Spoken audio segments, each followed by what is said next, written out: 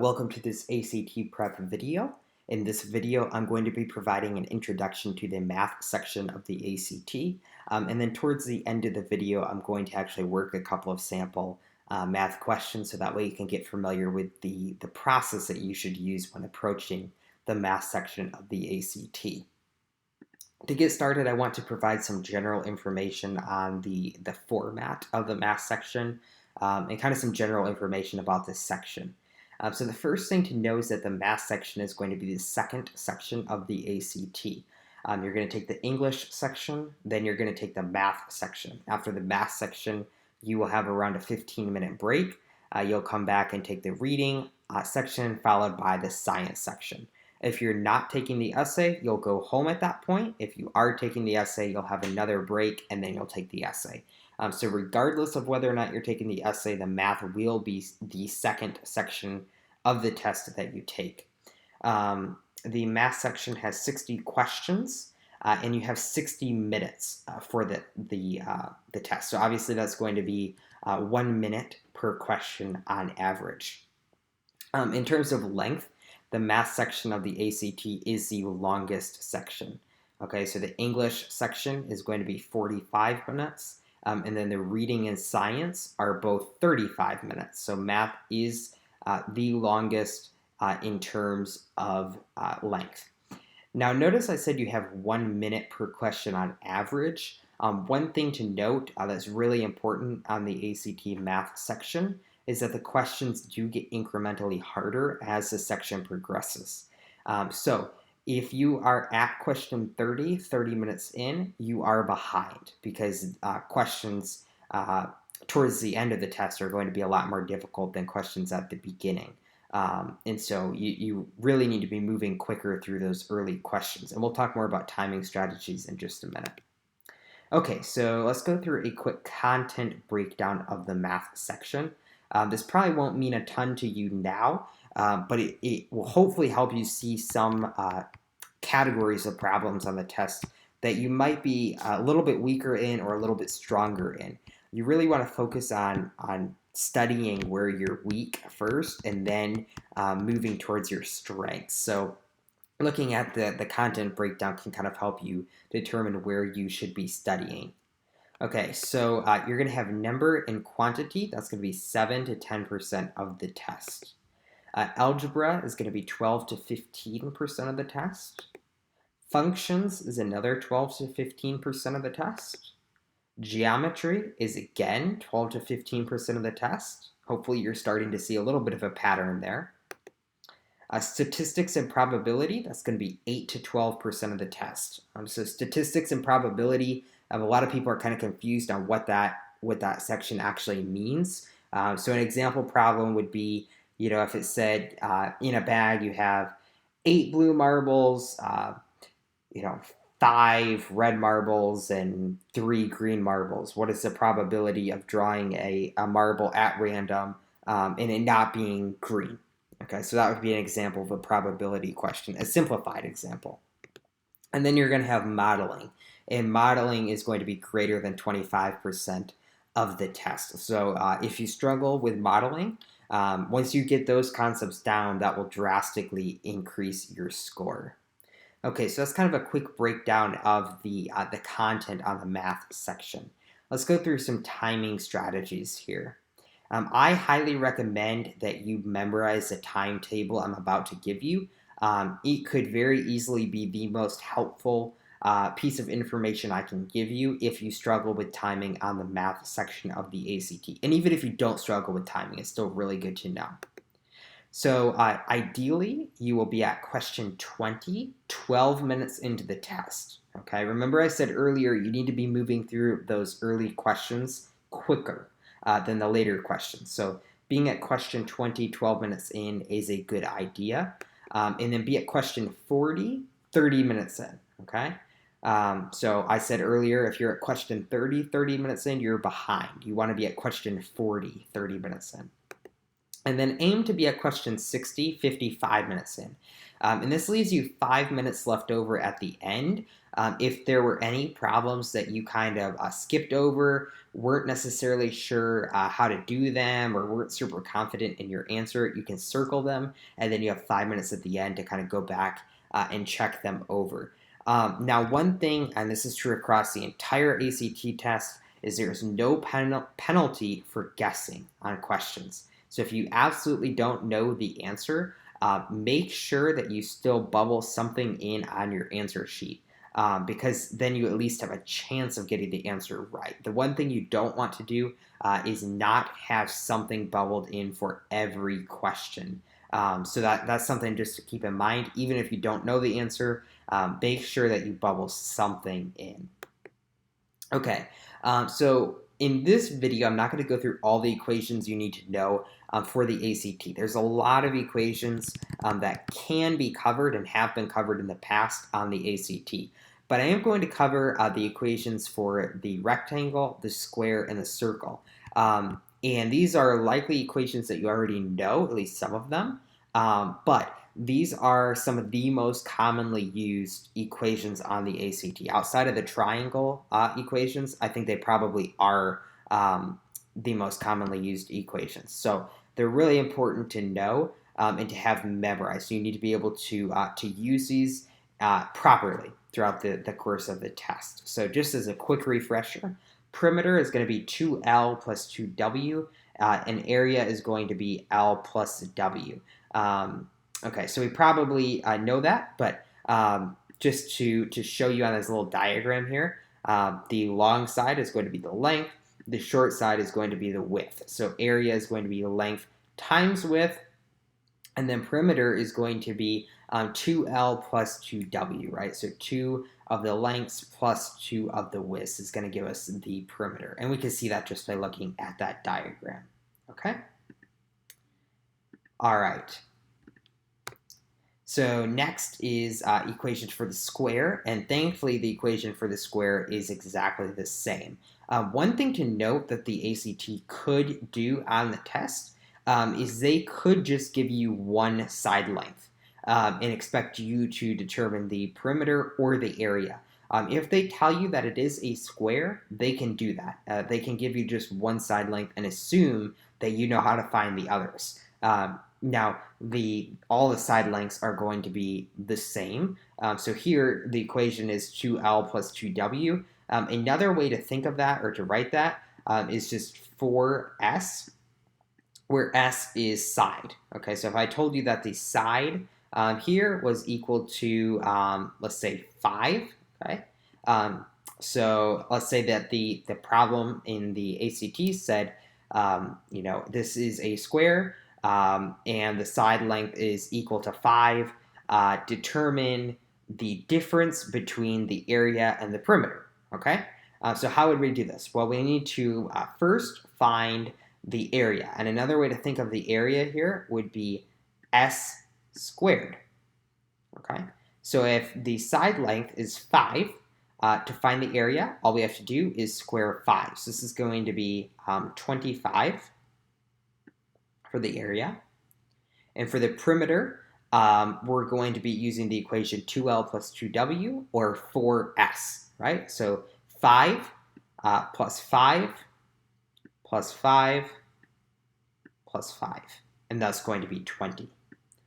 And so then all we would do to find the difference is take 25 minus 20, and then that would give us 5, okay? And so the difference between the area and the perimeter of a square with side length of 5 is 5, okay? So that would be a sample problem that you could see on the ACT. Okay. And circle. Circle equations tend to be the most difficult out of squares, rectangles, and circles. So let's take a minute to kind of cover them. Okay, the first thing to know is the circumference of the circle equation. So circumference of the circle is going to be the distance around the circle, okay? Think of it like the perimeter of the circle. That is what you are trying to find with circumference. And the equation for circumference is 2 pi r. and r is going to equal the radius of the circle, okay? You guys probably already know this, but the radius of the circle is 1/2 of the diameter, okay? So 1/2 d.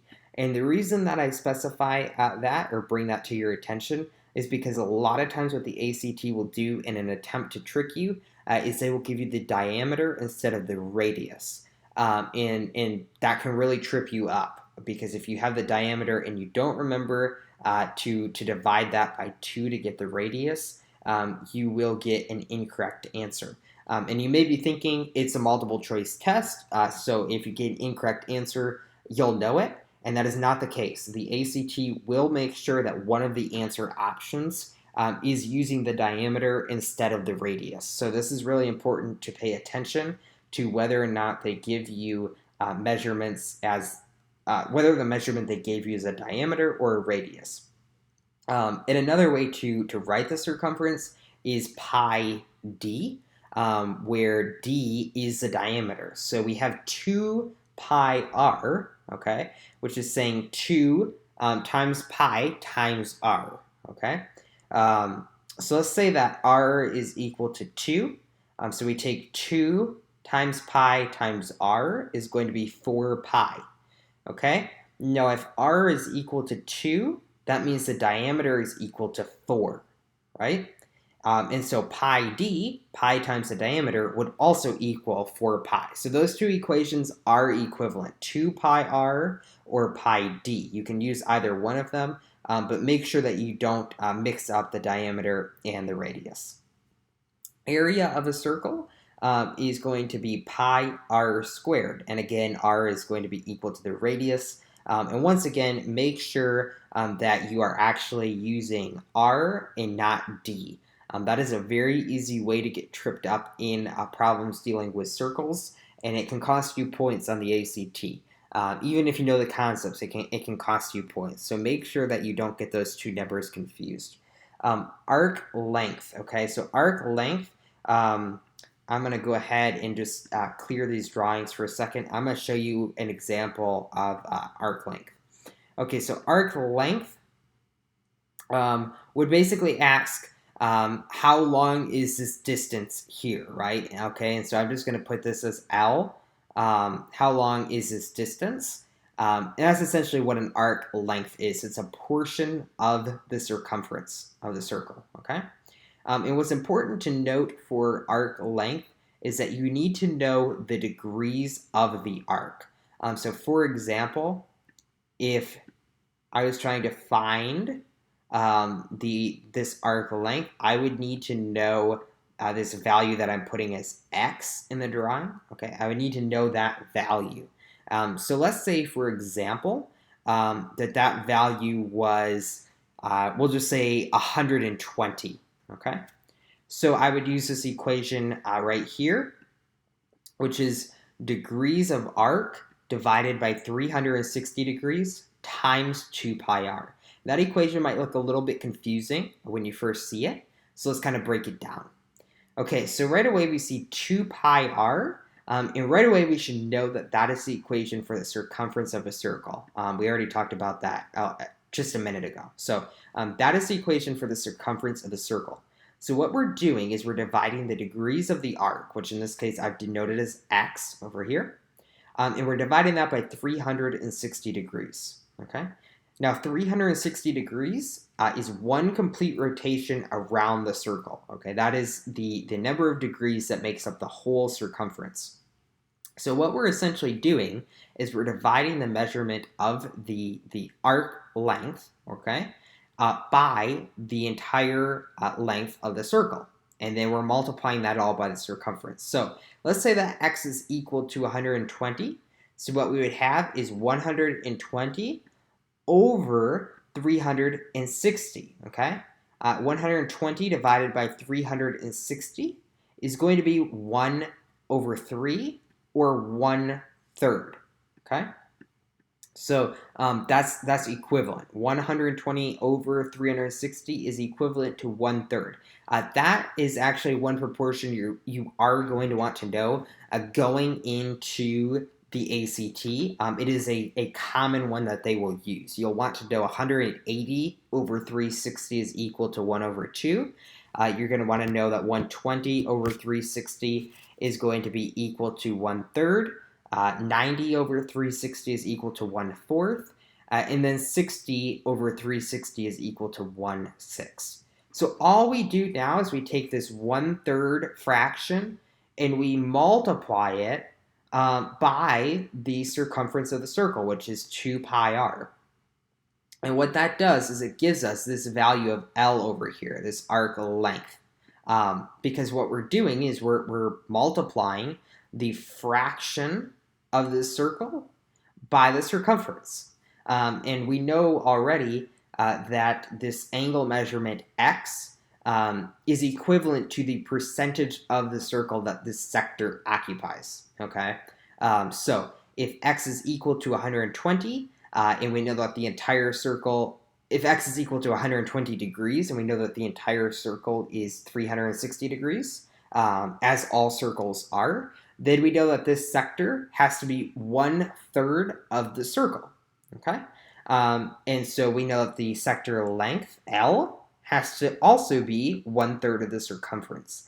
And likewise, for the area of a sector, this whole kind of section here, right? So this whole section, I'll kind of outline it again right here. That is called a sector, okay?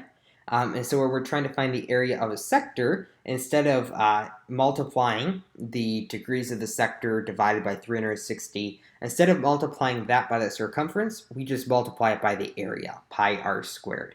And the concept is the same, okay? We know that the sector has to be, in this case, if x equals 120, we know that the sector has to equal 1/3 of the total area of the circle. So we find the area of the circle, and then we know that the sector is going to be 1/3 of that, okay? But this equation, both of these equations are really helpful to know because the ACT could give you weird numbers. They might not give you 120 degrees, they might give you 127 degrees. And that's going to be very difficult to do if you don't know this equation. So in that case, all you would do is plug in 127 in place of 360.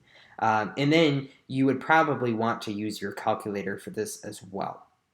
And it's also important to note a lot of times on the ACT, the test will not ask you to actually multiply by pi. It will let you leave it with pi in the answer. So your answer could be, in this case, it could be 2/3 pi r. So if we're looking at this whole example right here, the ACT would likely let you leave this as 2/3 pi r. So you take 1/3, and when you multiply that by 2 pi r,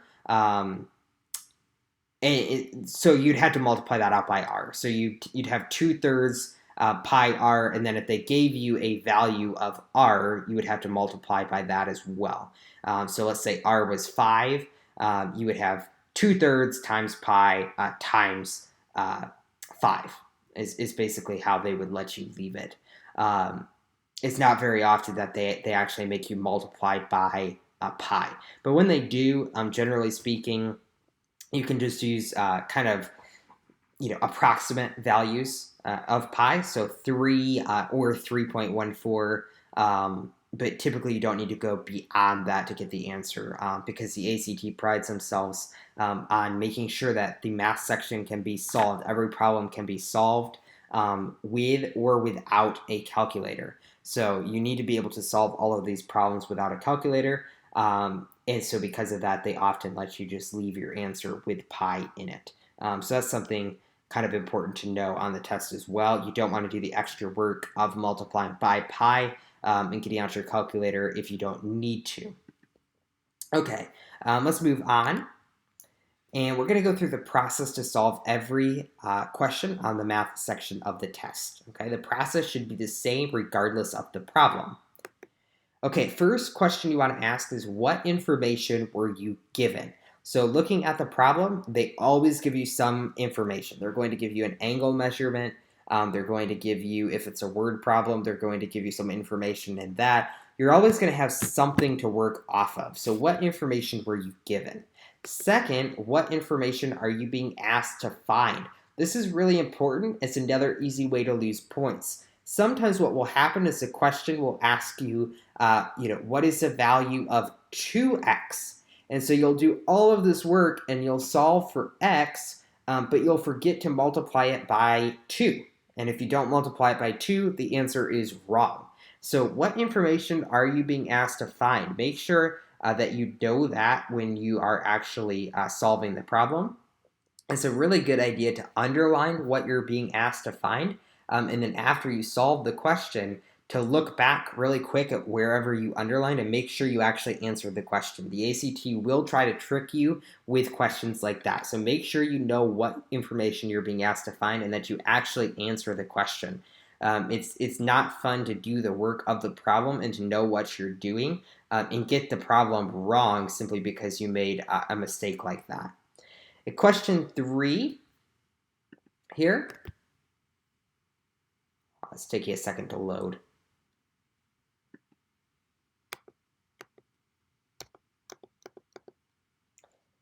And question 3 is, how can you model that mathematically?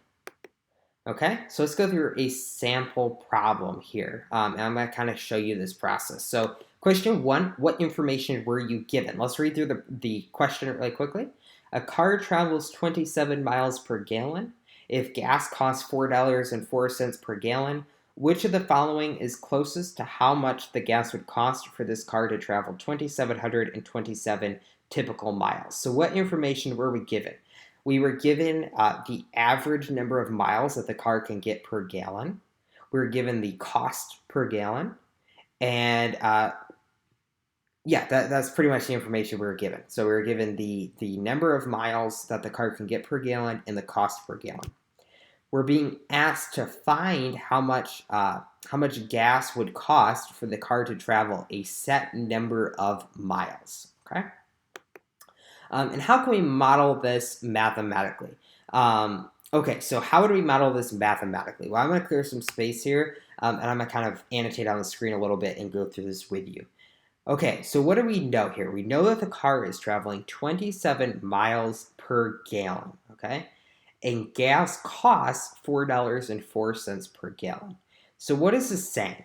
Well, it's saying for every 27 miles that we travel, we have to spend $4.04, okay? Because 1 gallon gets us 27 miles, and 1 gallon costs $4.04. So I'm going to just go ahead and write this out here, 27, and I apologize for my writing. I'm trying to write on my trackpad here. So 27 miles is equal to $4.04.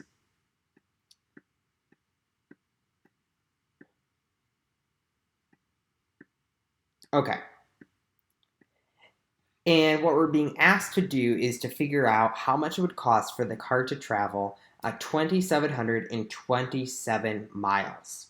Okay, so essentially what we need to do is we need to figure out how many gallons of gas it would take for the car to travel 2,727 miles. And then we need to multiply that number of gallons by the cost per gallon, which we know is $4.04. So to figure out how many gallons of gas we would need to travel 2,727 miles, what we need to do is we need to take 2,727 and we need to divide this out by 27 because we know that the car averages 27 miles per gallon. So we take 2,727 divided by 27 and we get 101. So it's going to take us 101 gallons of gas to travel 2,727 miles. And now all we do is take 101 and we multiply that by 4.04 and we get $408.04, which would be answer choice D. Okay? And we'll go ahead and check here just to make sure. Yep, answer choice D. All right, we'll do one more problem here. The length in inches of a box is 3 inches less than twice its width in inches. Which of the following gives the length L inches in terms of the width W inches of the box? Now, when you first see this problem, it looks confusing, and it looks like there's a ton of information, because there is. So let's kind of break it down. Let's follow the same process that we did for the last question, or the last problem. What information were we given? We were given that the length is 3 inches less than twice the width. And then we were told that L is equal to the length and W is equal to the width. Okay, that's pretty much all the information we were given. What information are we being asked to find? We're being asked to find the length in terms of the width. Okay? And how can we model that mathematically? Okay, so let's go ahead and get started on this problem. One thing to note really quick is that the phrase in terms of is asking you to solve for a specific variable. In this case, that variable is L. Anytime you see that phrase in terms of, it's saying solve for that variable. Okay, so which of the following gives the length L inches in terms of the width? So we're solving for the variable L in terms of W. Okay, so let's go ahead and kind of do this problem here. So we see that the length, okay, is 3 inches less than twice the width. Okay, so how would we model this mathematically? Well, essentially what we're saying is L. We know that we're going to have L equals. If we didn't know that by reading the problem, we can look down at the answer choices. Every answer choice has L equals. So we know we're going to have L equals. And then what are we saying here? Well, we're saying that the length is 3 inches less than twice the width. Okay? So the width is W. We see that here. Okay? The width is W.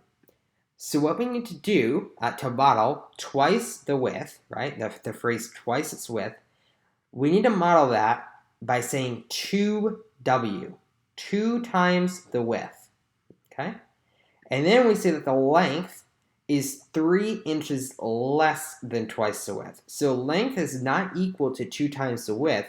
It's equal to 2 times the width minus 3 inches. And so that would be our equation. So we looked at the information we had. We looked at what we were being asked to find. And then we figured out how to model that mathematically. And just looking at the answer choices here, we would see that the answer choice would be J. And we'll go ahead and check that as well. There we go. Perfect. Answer choice J. Okay, so let's recap a couple quick points from this video. Math test is going to be 60 minutes, 60 questions, and the problems do get harder as the test progresses. That's very important to know. Make sure you memorize the equations for the rectangle, the square, and the circle. They are important, and you will use them throughout the section.